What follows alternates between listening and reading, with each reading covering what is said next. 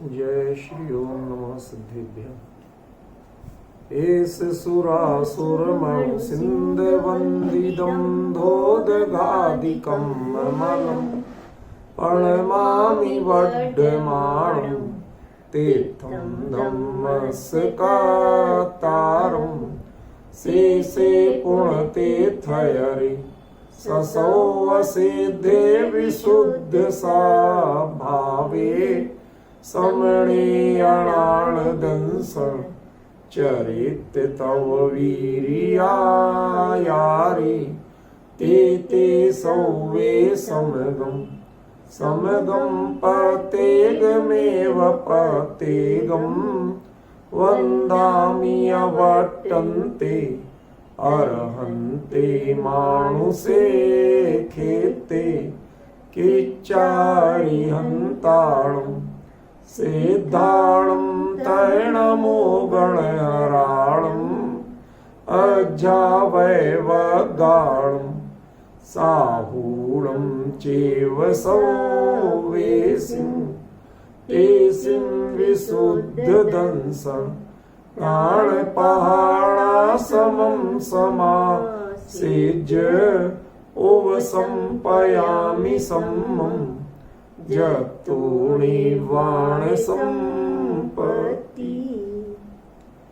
प्रवचन सार परमागम गे तत्व प्रज्ञापन अधिकार गाथा 197 पृष्ठ 379। गाथा लेते हैं। णिहद गण घादिकं पचखं सौभावत चरणो णेयंत गदो समणो झादिकमठ्ठम असंदेहो। इस गाथा पर अपनी चर्चा काफी हो चुकी है, लेकिन इसका वास्तविक मर्म अभी आना बाकी है। हम उसको लेते हैं। पहले शब्दार्थ ले लें, क्योंकि बहुत दिन हो गए हैं अंतराल पड़े हुए।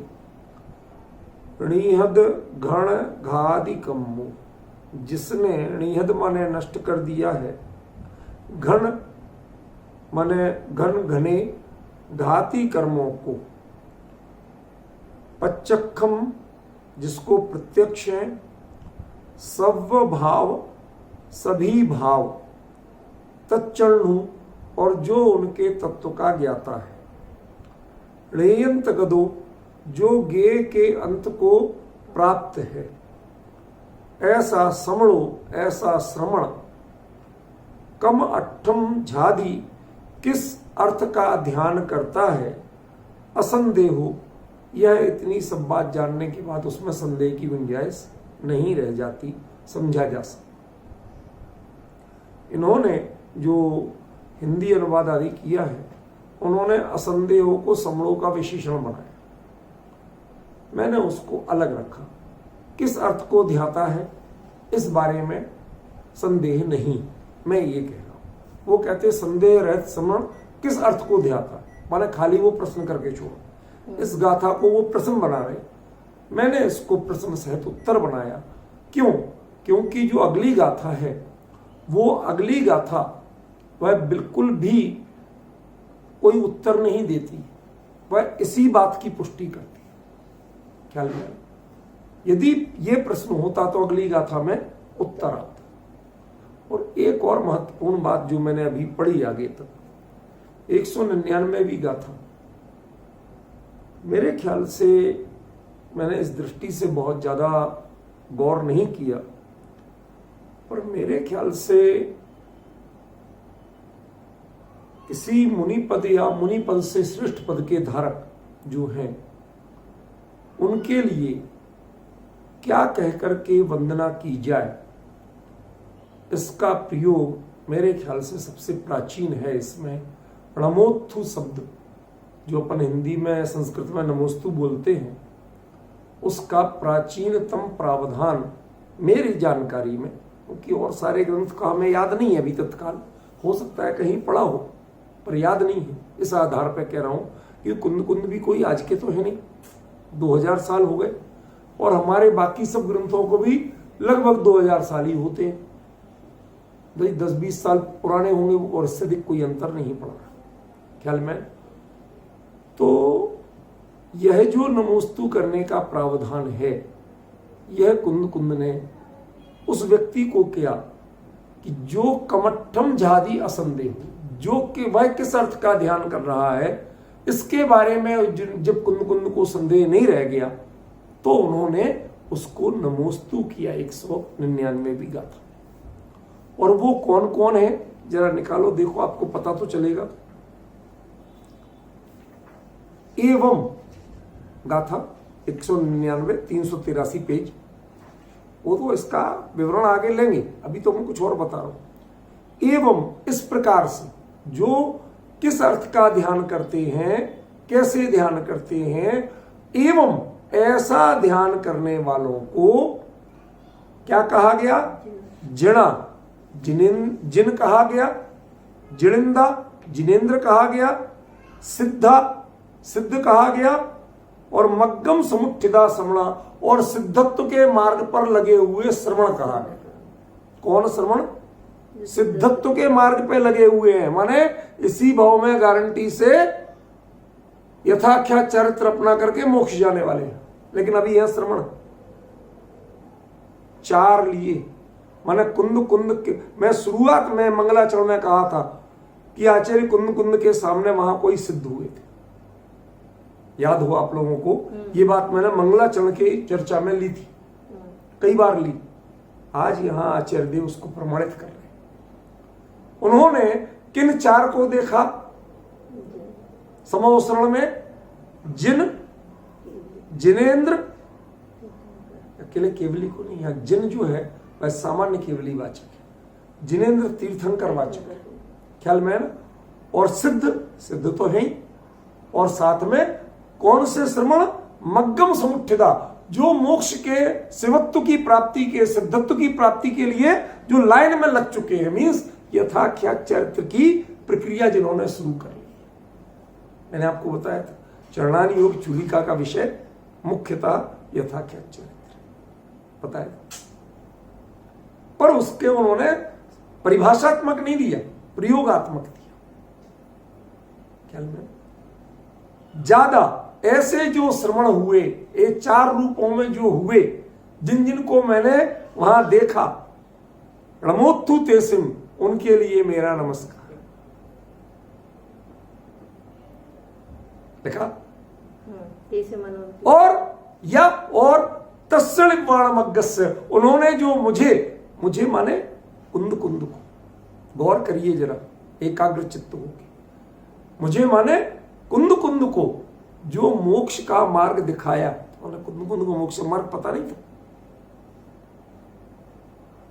या प्रश्न तो करना सीखिए, क्या कुंद कुंद को मोक्ष का मार्ग पता नहीं था? क्या भरत क्षेत्र में कुंद कुंद मोक्ष मार्ग ही नहीं थे?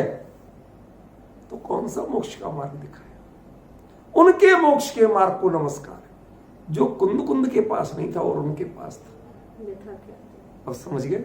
वो था यथाख्यात चरित्र, वो था तद्भव मोक्षगामिता। क्या कर दिया आपने? बिल्कुल ही गर्म कर दिया। समझे? पॉइंट ख्याल में आ रहा कि नहीं? थोड़ा डिफरेंस समझना पड़ेगा। हम आगे पीछे को बिल्कुल कंसल्ट नहीं करेंगे तो हमारा विषय स्पष्ट नहीं हो पाएगा। ख्याल में? अब इस गाथा से कुछ आइडिया लगा कि 197वीं गाथा में आचार्य कहना क्या चाहते हैं। ये प्रश्न नहीं है, ये किस अर्थ का ध्यान कर रहे हैं, असंदेह हो, मुझे कोई संदेह नहीं। अब जो कुंद कुंद वहां गए और उन्होंने प्रत्यक्ष देखा, देखने के बाद अब उन्हें डिफरेंस ख्याल में आ रहा है। चौथे काल को साक्षात देखा, तीर्थंकर जिनेन्द्र आदि को सब साक्षात देखा, निरंतर सामने सिद्ध होते देखा। अब उन्हें साक्षात समझ में आ रहा है कि जादी कमट्ठम वो किस अर्थ का ध्यान करते हैं। मैं भी आत्म ध्यान करता हूं, वो भी आत्म ध्यान करते हैं। हम दोनों के ध्येय में क्या अंतर है? अर्थ माने ध्येय, अर्थ माने ध्यान की विधि नहीं। तो आप क्या कहना चाहते हैं? अन्य जीवों के ध्यान का विषय कुछ और होता है? जी हां, मैं कुछ ऐसा ही कहना चाहता हूं। क्या यदि आपको एक अद्भुत चुंबकीय तत्व मिल जाए तो उससे निकल के कोई बाहर नहीं है। अभी तक हमने अपने स्वरूप में वह अनंत चुंबकीयता अनुभव ही नहीं की कि जिसके बाद स्वरूप से जाए तो लौट के बाहर आने का नाम नहीं है। वो किस अर्थ का ध्यान करते हैं, वो अर्थ में भी कुछ गुरुदेव की भाषा में तफावत, अंतर है, भेद है। ख्याल में आ रहा? अभी मैं इस गाथा को देखो, प्रवचन सार तो मेरे से मेरी अपनी स्थिति में चलेगा, उसको मैं हड़बड़ी में बिल्कुल नहीं ले सकता। इसको मुझे तसल्ली से समझाना है, समझना भी है और समझाना। नियत घण घादि कम्मो, इसका स्पष्टीकरण कर दिया था मैंने।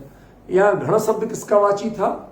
घण शब्द वाची था जो अपने को नहीं जानने दे, जो अपने से दूर रखे, वो घाती कर्म ही घन है। जो अपने को जानने दे और बना रहे, तो ऐसे घाती कर्म से हमें कोई ऐतराज नहीं। ख्याल में? ज्ञानावरणी के रहते हुए आत्मा को जान सकते हो कि नहीं? कि जान सकते। दर्शनावरणी के रहते हुए जान सकते हो कि जान सकते। अंतराय के रहते हुए जान सकते हो कि जान सकते हैं। चारित्र मोहिनी के रहते हुए जान सकते हो कि जान सकते हैं। तो कौन सा ऐसा घन घाती कर्म है जिसके रहते हुए आत्मा को नहीं जान सकते? तो दर्शन। ख्याल में? ऋहद उसको बिल्कुल नष्ट कर दिया। छायक सम्यक दर्शन। पच्चखम, ये जो हो चुका था उसको रिपीट नहीं कर रहा हूं। आज का अपना विषय है पच्चखम और सर्व भाव तच्छलु। इस पर गौर करना पड़ेगा। देखिए, प्रत्यक्ष शब्द को जोर देके क्यों कहा? भगवान तीर्थंकर देव सर्वज्ञ केवली परमात्मा, वह लोकालोक को प्रत्यक्ष जानते हैं। इसमें आपको किसी को कोई संदेह है क्या? नहीं। और यदि संदेह नहीं है तो फिर ये बात अलग से कहने की जरूरत क्या थी?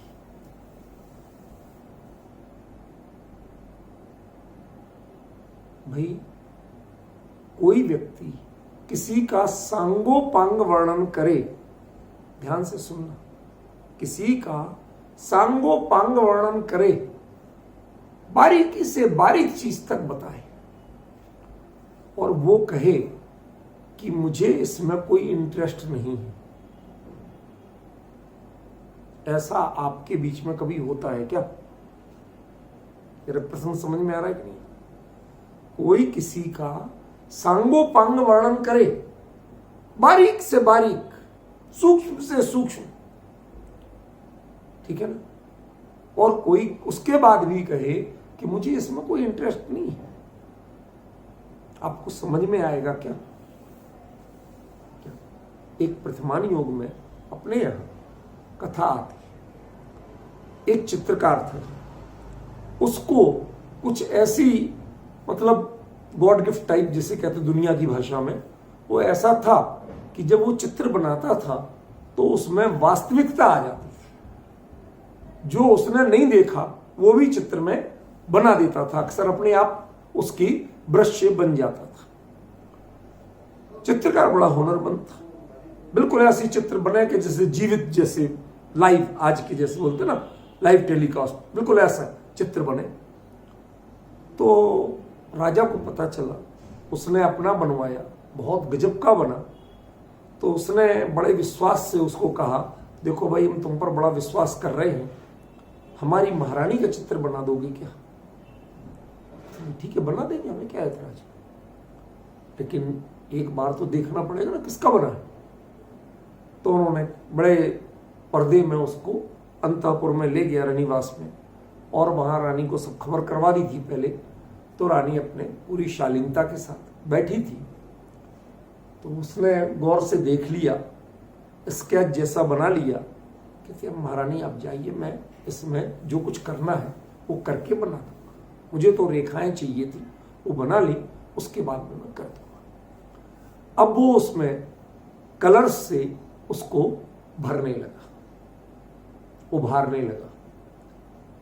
अकेले वो कर रहा था, बैठे बैठे बंद कमरे में, रोशनी पूरी थी, अकेले में बैठे कर रहा। 3 दिन लगे, 3 दिन में उसने महारानी का बहुत गजब का चित्र बना दिया। वो कर दिया, राजा आया, उसने देखा, देख के तो पहले वो बहुत ही मंत्रमुग्ध हुआ। वो उसके लिए बहुत बड़ा इनाम देना चाहता था। अचानक उसने कुछ ऐसा देखा कि उसने कहा, सैनिकों को बुलाया, कैसे बंदी बना लो। क्या? क्यों भैया? महाराज मैंने क्या किया? कुछ गलत बना दिया? तुम महारानी को पहले कब देखा? तुमने? आपने पहली बार दिखाया, आपके सामने देखा, मैं तो कुछ देख रहा। जो चीज मेरे अलावा कोई नहीं जानता वो तुम्हें पता कैसे चली? क्या पता कैसे चली? वो किसी भाग पर कोई तिल का निशान था, अब वो उसकी ब्रश से अपने आप जैसे उभर गया। ये मेरे अलावा कोई नहीं जानता कि मेरी महारानी को यहां तिल है, तुझे कैसे पता चला? मैं नहीं मानने को तैयार हूं तेरी कोई सिद्धि विद्धि को, तू जरूर कोई गड़बड़ आदमी है, मैं बिल्कुल सूली जाऊं। तो उसने और प्रमाण करवाए, और किसी का बनवाओ जिसको हमने बिल्कुल नहीं देखा हो। उसका किया, उसका भी बन गया, और 2-4 बनवाए, सबके बन गए, सब में वो चीज क्लियर आ गई जो उसने नहीं देखी थी आंखों से। तो राजा को थोड़ा भरोसा हुआ कि ऐसा भी हो सकता है। ये बात मैं क्यों कह रहा हूं? इस दृष्टांत का इस विषय से लेना देना क्या है? जो प्रत्यक्ष शब्द है उसमें हम क्या जानते हैं कि जिसके लिए एक एक अविभाज्य प्रतिच्छेद तक क्लियर है, बिल्कुल हर चीज का क्लियर वर्णन कर रहा हो, जो वो उसमें इंटरेस्ट लिए बिना कैसे कर सकता? हम पर को जितना डीपली जानते हैं उतना हमारा तीव्र अनुराग उसमें होता है, उसके बिना नहीं जानते। और हम सारी कोशिश करके जितना क्लियर नहीं जान पाते उतना केवली परमात्मा जानते हैं। जानते कैसे? ये वीतरागी कैसे? हमें ये समझ में नहीं आ रहा। अब पॉइंट समझ रहे?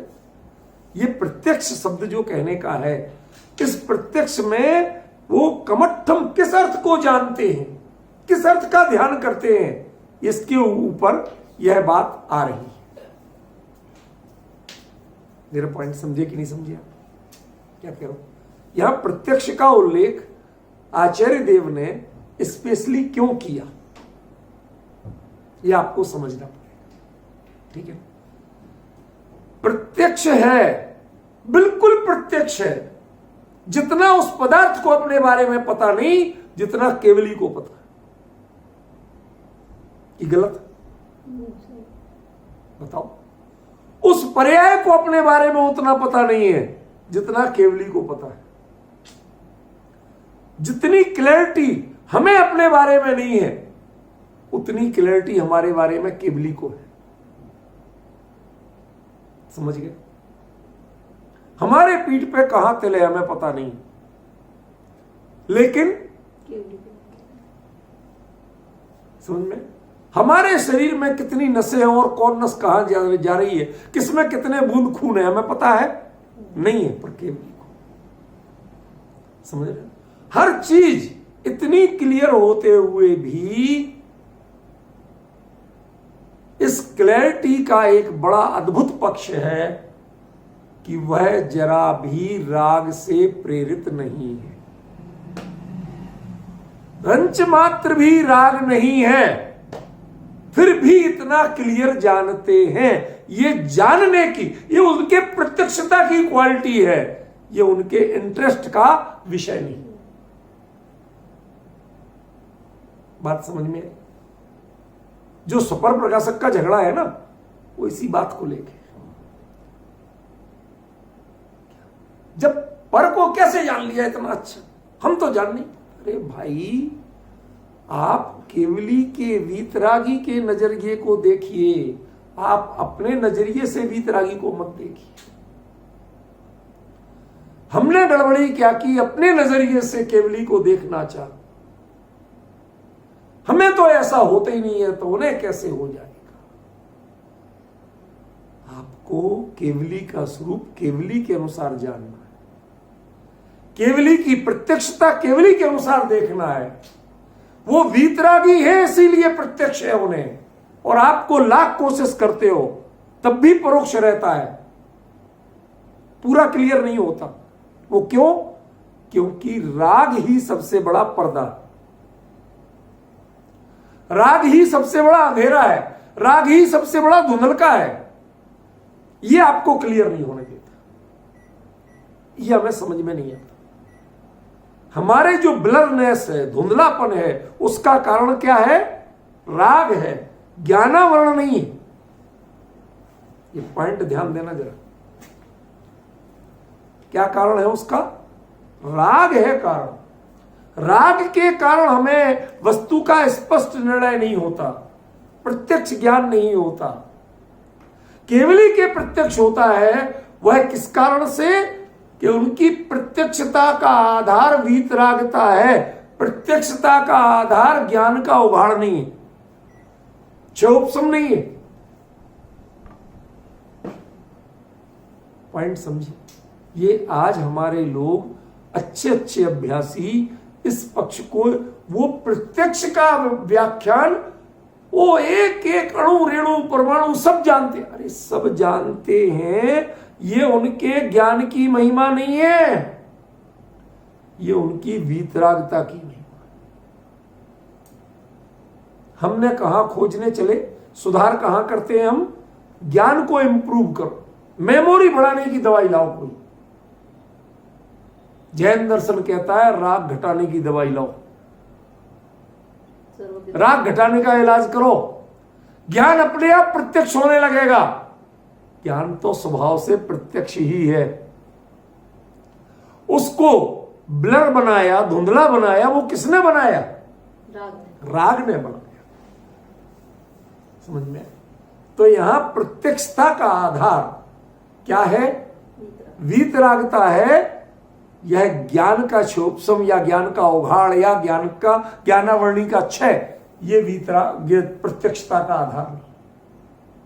आप तत्वार्थ सूत्र की जितनी बड़ी से बड़ी टीका पढ़िए, जब उसमें कहते हैं ना आद्य परोक्षम प्रत्यक्ष मित्रत, समझ में? प्रत्यक्ष मन्यत, तो जो प्रत्यक्ष मित्र, तो वो परीक्षा मुख का बोल गया सूत्र में, ठीक है ना? तो वो एक अलग है अभिप्राय।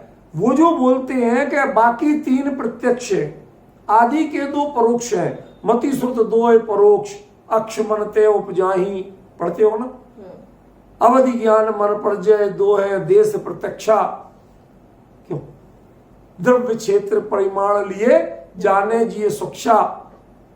फिर केवल ज्ञान सभी द्रव्यों को, सभी पर्यायों को एक साथ क्लियर जाने, वो केवल ज्ञान। भाई साहब, मैं पूछना चाहता हूं, प्रत्यक्षत्व का आधार ये ज्ञान में है या प्रत्यक्षत्व का आधार ये आपके चरित्र में है? ये मेरा प्रश्न है। तो आपका अवधि ज्ञान, महाप्रलय ज्ञान क्यों प्रत्यक्ष कहे गए? कहे गए है ना, है कहां? जिस दर्शन में स्व का ज्ञान वह प्रमाण का लक्षण है पहला, स्वपूर्वार्थ व्यवसायत्मकम ज्ञानम प्रमाणम, जिसमें स्व का ज्ञान नहीं है, स्व का संवेदन नहीं है, वो पर के ज्ञान को आपके यहां प्रमाण ही नहीं मानते। करेक्ट? और अवधि ज्ञान, मनापराय ज्ञान में स्व जुड़ता है कभी? उसका विषय स्व होता है, आत्मा होता है कि पुद्गल होता है? पॉइंट समझ रहे हो कि नहीं समझ रहे हो? मतलब हमने बहुत सी चीजों को हम घबराते हैं, अरे फला आचार्य, अरे लिखा है तो घबराते क्यों हो भैया? आप आचार्यों की विवक्षाएं देखिए, कितनी भिन्न भिन्न विवक्षाएं। एक बात को एक आचार्य किसी ढंग से कह रहे, दूसरे आचार्य उनके दृष्टिकोण को समझिए, तो इसकी भी विवक्षा को समझिए। क्या कहना चाहता हूं, वास्तव में प्रत्यक्षत्व का आधार पर नहीं है, ज्ञानावरण की कृपा नहीं है, ज्ञानावरण का क्षय भी नहीं है, उपशम तो है ही नहीं, क्षय भी नहीं है। ज्ञान में जितनी क्वालिटी प्रकट होती है वह ज्ञान की क्वालिटी प्रत्यक्ष पने का आधार नहीं है, बल्कि चरित्र की अत्यंत निर्मलता, वीतरागता, वह ज्ञान की प्रत्यक्षता का आधार है। ज्ञान प्रत्यक्ष, परिपूर्ण प्रत्यक्ष, सर्वदेश प्रत्यक्ष होता है तो उसका एकमात्र आधार क्या है कि वह व्यक्ति वीतरागी है। यदि वो राग भाव से प्रेरित रहे तो उसका ज्ञान परिपूर्ण प्रत्यक्ष हो ही नहीं सकता। पहले वीतरागता फिर सर्वज्ञता। इसीलिए 12वां गुण स्थान वीतरागता का है और 13वां गुण स्थान सर्वज्ञता। ये आधार है, आधार। ज्ञान अपने आप में किसी को नहीं जानता है प्रत्यक्ष, उसके ज्ञान में जो प्रत्यक्षता कही जाती है वह प्रत्यक्षता का आधार वीतरागता है। ये प्रत्यक्ष ज्ञान की प्रत्यक्षता का आधार सर्वज्ञता नहीं है। सबको जानना और सब कुछ जानना ये प्रत्यक्षता नहीं है। किसी से कोई अपेक्षा रखे बिना ज्ञान में झलकना, ये प्रत्यक्षता का आधार। इसलिए इसमें जो पच्चखम कहा वह बहुत गहरा मर्म है और इस बात की पुष्टि अगले ही शब्द में हो रही है, सव्व भाव तच्चण्णु। अब जरा ध्यान दीजिए, सव्व भाव और तच्चण्णु। सव्व माने सभी, भाव माने परिणाम और तच्चण्णु माने तत्वज्ञ। ये क्या है? आपने कहीं ऐसा प्रयोग पढ़ा है? सर्वद्रव्य पर्यायेषु केवलस्य, केवल ज्ञान का विषय सभी द्रव्य और उनकी पर्याय हैं। बताइए, आपने यही पढ़ा कि नहीं पढ़ा? जब ये पढ़ा है तो इसमें सीधा सीधा क्यों नहीं लिख रहे कुंदाचार्य देव कि वह सभी द्रव्यों को और उनकी पर्यायों को जानता है? उसमें तत्वज्ञ शब्द क्यों जोड़ रहे? मेरे प्रश्न समझ में आ रहे? देखो, ज्ञानियों ने यदि सोच विचार करके कोई प्रयोग किया तो उसका मर्म समझना ये आपका दायित्व है, ये आपकी ड्यूटी बनती है। यदि आप नहीं समझते हैं तो ये आपकी कमी है। उन्होंने तो लिखा ही है, उन्होंने तो बताया है, आप नहीं शब्दों की सामर्थ्य बहुत सीमित है। अभिप्राय शब्दों से नहीं निकलता, शब्द तो एक माध्यम बनते हैं, अभिप्राय तो भावों से निकलता। आप उसमें जितना जुड़ोगे उतना अभिप्राय निकलेगा। मां बच्चे से जुड़ी होती है, बच्चा लाख कहे मेरे लिए आज भूखी नहीं, आज मेरा पेट खराब है, आज मेरा ये है वो, लाख कहे, वो मां पढ़ लेती है कि ये क्यों नहीं कर। वो उसको उतना वैसे नहीं मनाएगी, लेकिन उस परिस्थिति में ज्यादा मनाएगी, कंप्रोमाइज करेगी। वो उसको उल्टा चिल्लाएगा तो भी सुनती, कोई बात चल नहीं है तुझे भूख, चल मां की खातिर खा, मेरी खुशी के लिए एक। ये जो है, क्यों? वो उसके मर्म को जान रही है, वो उसके शब्द को नहीं जान रही। शब्द को सुन के उसको इग्नोर करती। जब वो बच्चा साफ कह रहा है मुझे आज भूख ही नहीं है, शब्द में कह रहा है कि नहीं कह रहा, और उस शब्द को वो इग्नोर करती, उपेक्षा कर देती, कुछ नहीं कह रहा।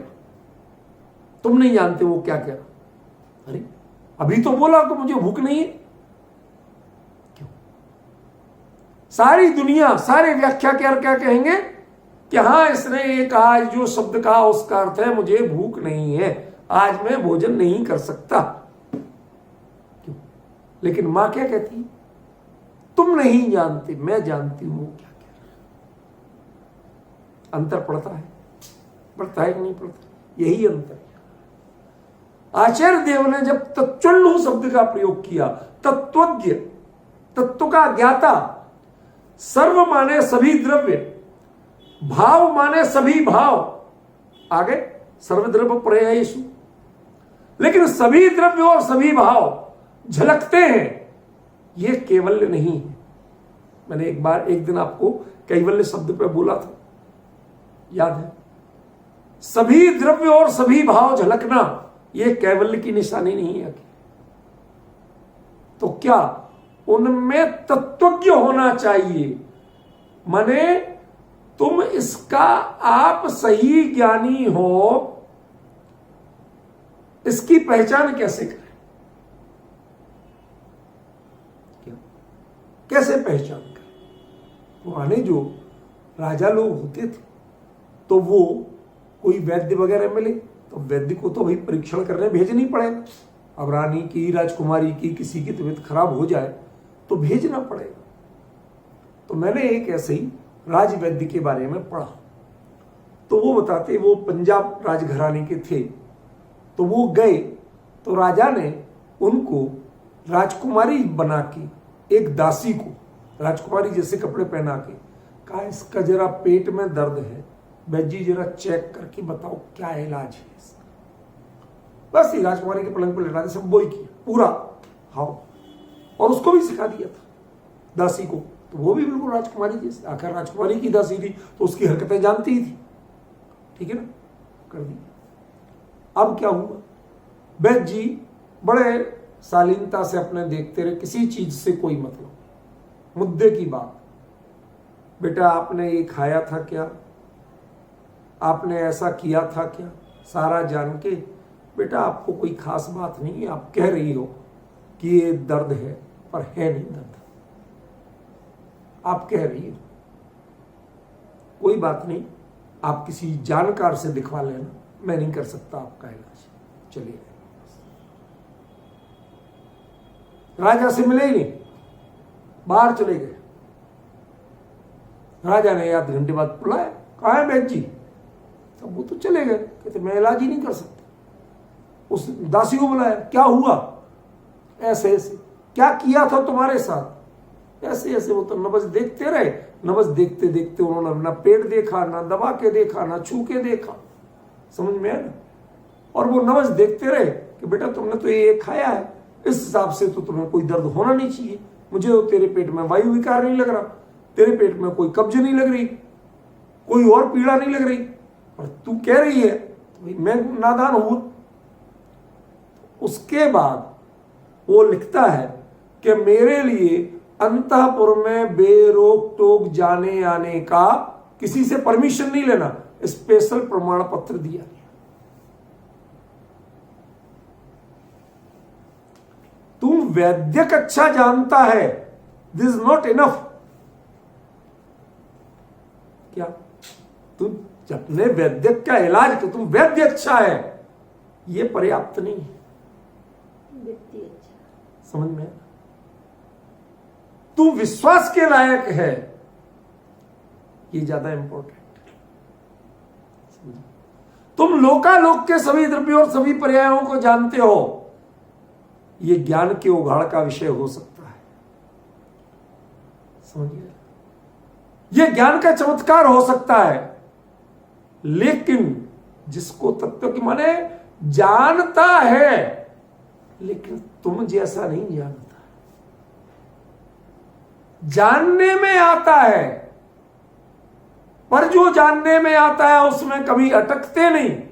कितने क्लियर जानते हैं, उसमें कभी अटकते नहीं, और निज को जो जानते हैं उससे कभी भटकते नहीं, तब समझिए तत्वज्ञ है।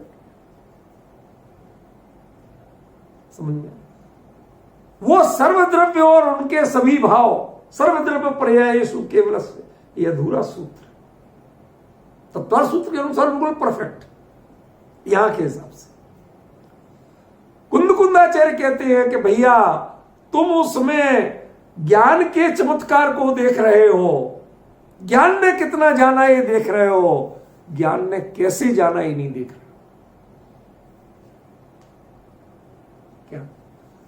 केवली क्या क्या जानते हैं तो तुमने बता दिया, केवली क्या क्या कैसे जानते हैं ये नहीं बता पाए। समझे ना? ये तच्चण्णु ये शब्द क्या बताता है?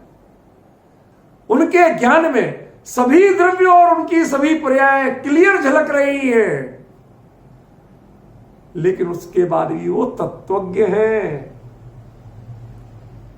वो क्षयोपशम के धनी नहीं है, वो अकेला वैद्य अच्छा नहीं है। Is a good person, reliable person, his moral is too high. अब आप डिफरेंस समझिए।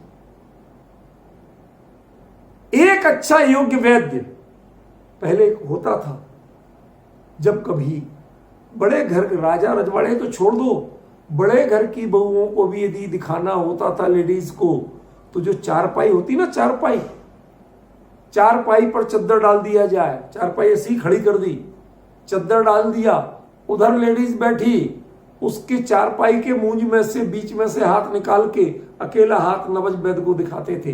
वैद्य को उसकी शकल पता नहीं होती थी, कुछ पता नहीं होता था, कौन से कपड़े क्या कुछ पता नहीं, अकेली इतनी कलाई बाहर आती थी। समझ गया? क्यों? क्योंकि तू अकेला वैद्य है। इलाज करना तो तुझे आता है, दवाइयों की नॉलेज तो तुझे है, लेकिन भले घरों के जो आचरण होते हैं उसके बारे में तू परफेक्ट नहीं। हमारे यहां पहले आचरण का परफेक्शन चलता है, ज्ञान की परीक्षा बाद में की जाती है।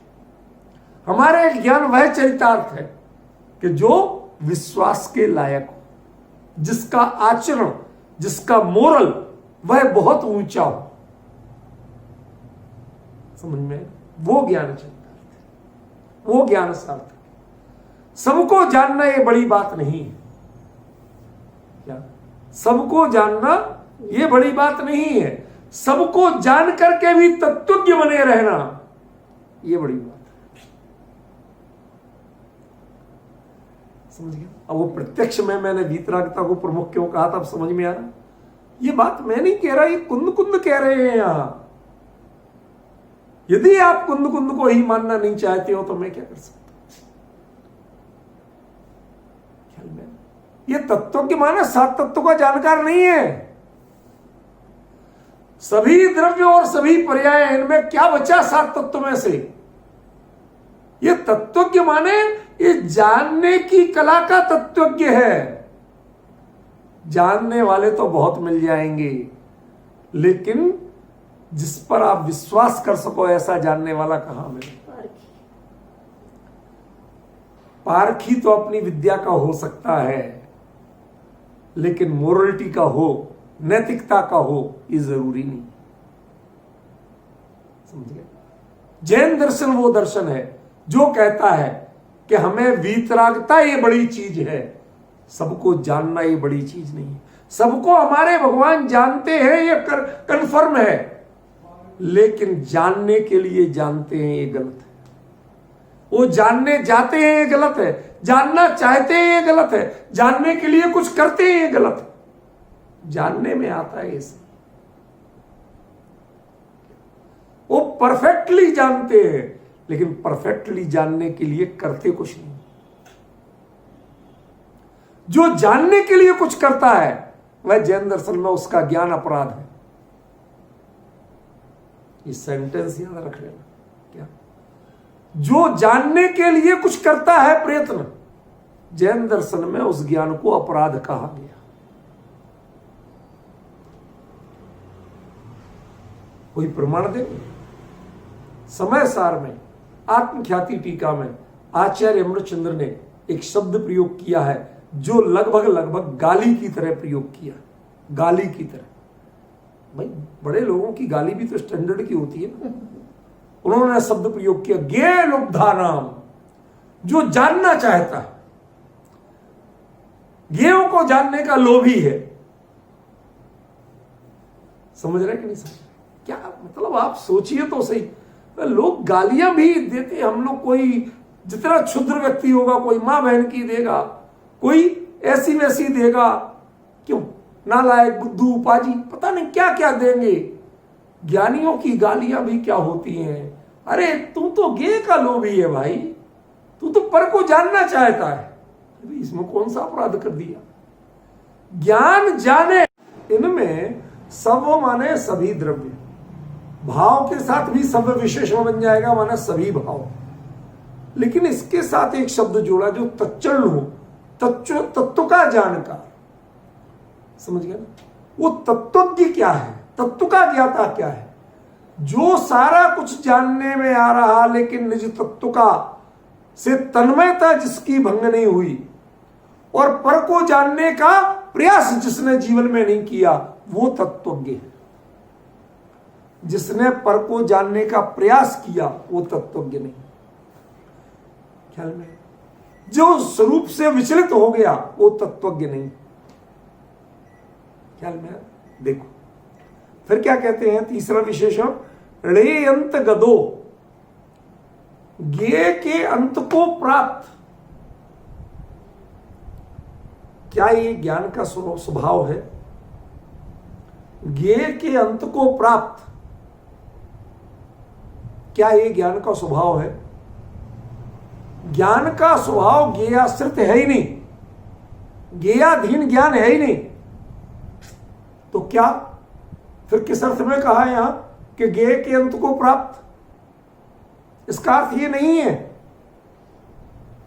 इसका अर्थ वो है कि चद्दर हमारी इतनी बड़ी है, इतनी बड़ी है कि सारा लोकालोक उसमें समा जाता।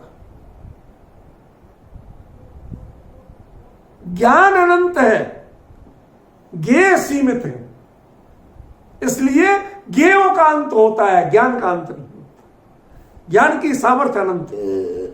अंत ज्ञेय के साथ, अंत शब्द, अंत विशेषण वो ज्ञेय के साथ जुड़ता है, ज्ञान के साथ नहीं जुड़ता। इसलिए ज्ञान को अनंत ज्ञान कहा गया। ज्ञेयों का अंत है, ज्ञान का अंत नहीं है। ज्ञान अनंत है और अंत किसका आता है? ज्ञेय का। वो ज्ञेय के अंत को प्राप्त नहीं है, आखिरी ज्ञेय तक को जानता है, ये अर्थ नहीं है। वो तो शांत हो गया। ज्ञान अनंत कहां रहा?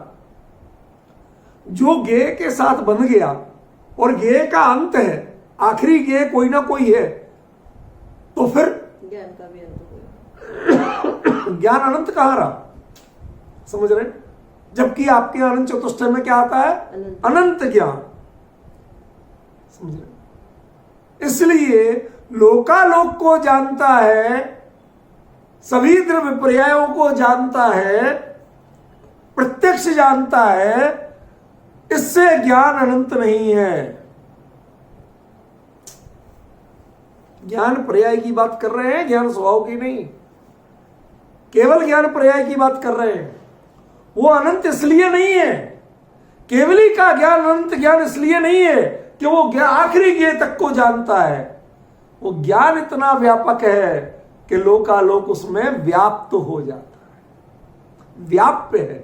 ज्ञेय व्याप्य है और ज्ञान व्यापक है, बस ये ज्ञान की अनंतता है। समझ में? हम लोगों ने आज तक क्या किया?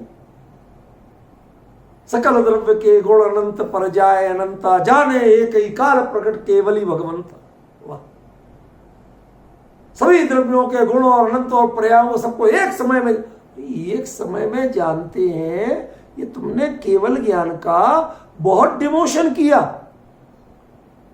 क्योंकि ऐसे ऐसे अनंतानंत लोकालोक हो तो उनको भी बिना किसी कष्ट के एक समय में जाने, ऐसी सामर्थ्य है केवल ज्ञान पर्याय की। इसलिए ज्ञान अनंत है। समझ गए? ऐसी सामर्थ्य है केवल ज्ञान पर्याय की।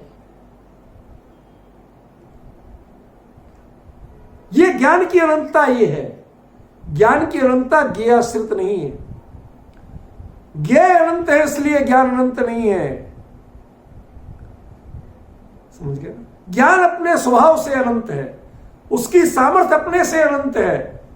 ये ज्ञेय तो तुम्हारे इतने पोटली में, ये तो हम रूमाल में बांध के चलते हैं लोकालोक को। केवली क्या कहते हैं? तो हमारे कपड़ों की बात करते हो, हमारे चद्दर की बात करते हो। जो तुम्हारा लोकालोक है ना, उसे तो हम रूमाल की गांठ में बांध के चलते हैं। आप इसे व्यंग्य भले ही समझो, लेकिन ये यथार्थ है।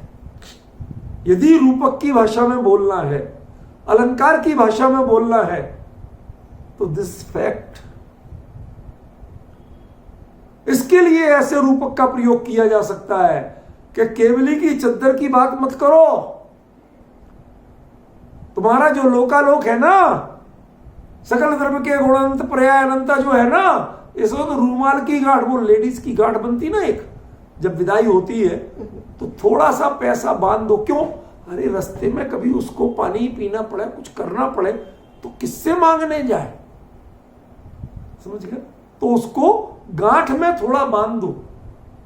तो क्या जितनी गांठ बंधी है उतनी उसका स्वरूप है, उतनी उसकी चद्दर है? डिफरेंस समझे ना? वो तो एक कोने में गांठ बांध के चलते हैं, जिसकी गांठ में लोकालोक बंधा हुआ हो, उसका ज्ञान अनंत हो सकता है। जिसके लिए ज्ञान लोग गांठ के बराबर ही जिसके पास कपड़ा हो, वो अनंतता कहां होगी? डिफरेंस। ये ज्ञान स्वरूप, इतना अपार ज्ञान, इतनी अगाध सामर्थ्य, उसके बाद भी तच्चण्णु, वह अपने तत्व की बात को ही जानता है, पर को जानने में इंटरेस्ट उसका कभी जगता नहीं। असली महिमा वीतरागता की है। ऐसा जो श्रमण है, ध्यान रखना, श्रमण नहीं है इसका अर्थ, नीचे श्रवण किया गया नहीं, श्रमण, समभाव मणो समणो। समभाव क्या था? मोह खोह वीणो परिणामो अपणो समो। 7वीं गाथा प्रवचन से। मोह और क्षोभ दोनों से रहित, राग और द्वेष दोनों से रहित जो परिणाम आत्मा का है, उसका नाम साम्य है। ये परिभाषा आप याद रखिए। ये श्रवण शब्द नहीं है, ये समण शब्द है। और परिभाषा आचार्य ने खुद दी है, समभाव मणो समणो। समभाव जिसके मन में है वो समण है, और समभाव कौन है? कि मोह और क्षोभ से रहित जो आत्मा का परिणाम है। ये समणों का अर्थ वीतरागी है। यहां यह समणों का अर्थ श्रमण साधु नहीं है, क्योंकि बात जब भी सर्वज्ञता की कर रहे हैं तो आपको आधार क्या बताना? आधार वीतरागता है। सर्वज्ञता का आधार ज्ञान का उघाड़ नहीं है, सर्वज्ञता का आधार ज्ञान की सामर्थ्य नहीं है, सर्वज्ञता का आधार वीतरागता। समझिए? आप इसे श्रमण बना के, साधु बना के कहां डाउन कर रहे हो? ये बात केवली की कर रहे हैं और आप उससे साधु बना रहे हैं। अब डिफरेंस क्या है? जरा सी चूक होते ही कहां से कहां पहुंच जाते हैं। सारा वर्णन घण घाती कम हो। अरे घाती कर्म को जिसने नष्ट कर दिया हो वो श्रमण होगा कि समण होगा? बताइए ना, आप खुद ही बताइए। अरे घाती कर्म को नष्ट करने के लिए तो श्रमण बनते हैं, और घाती कर्म नष्ट करने वाले श्रमण बनते हैं। क्या डिफरेंस है? अब समझ में आ रहा है क्या? घाती कर्म नष्ट करने के लिए श्रमण बनते हैं। जब तक आप पुरुषार्थ मेहनत करते हैं, साधना करते हैं, तब तक श्रमण है, और जब सिद्धि प्राप्त करते हैं तो समण है। जब घाती कर्म नष्ट कर चुके हो आप, तो श्रवण कैसे हो सकते हो? फिर तो आप समण हो गए ना, जिसको 7वीं गाथा में कहा था, मोह खोए विहीणो परिणामो अपणो। मोह और क्षोभ से रहित आत्मा का परिणाम ही समभाव है, साम्य भाव है। वहां से लाइए आप, तब पता चलेगा समणों का अर्थ क्या है। समझ में ना? लिख दिया सम। अब मैं किसी की बहस में नहीं पढ़ना चाहिए। किसने लिखा हमें इससे कोई लेना देना नहीं। हमारे कुंद ये लिख रहे हैं, हमें ये पता। हमारे कुंद का अभिप्राय उनकी इसी गाथा में आगे के पीछे, जब घड़घादी कम्मो कह दिया तो वो केवली तो तय हो गया ना, और केवली जो है उसके साथ वीतरागता जुड़ती है। वीतरागी सर्वज्ञ, वीतराग सर्वज्ञ हितंकर, ऐसा बोलते हैं। तो वो वीतरागी सर्वज्ञ हो सकता है। उसके साथ कोई विशेषण जुड़ सकता है, कोई पद जुड़ सकता है, कोई कंडीशन जुड़ सकती है, तो वो वीतरागता की जुड़ सकती है। उस कंडीशन साधु पुणे की नहीं जुड़ सकती।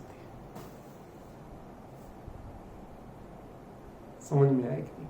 और ये अंत गदो सम देखो अंत को प्राप्ति। कुछ चीजें ऐसी हैं कि जो आप गौर नहीं करते।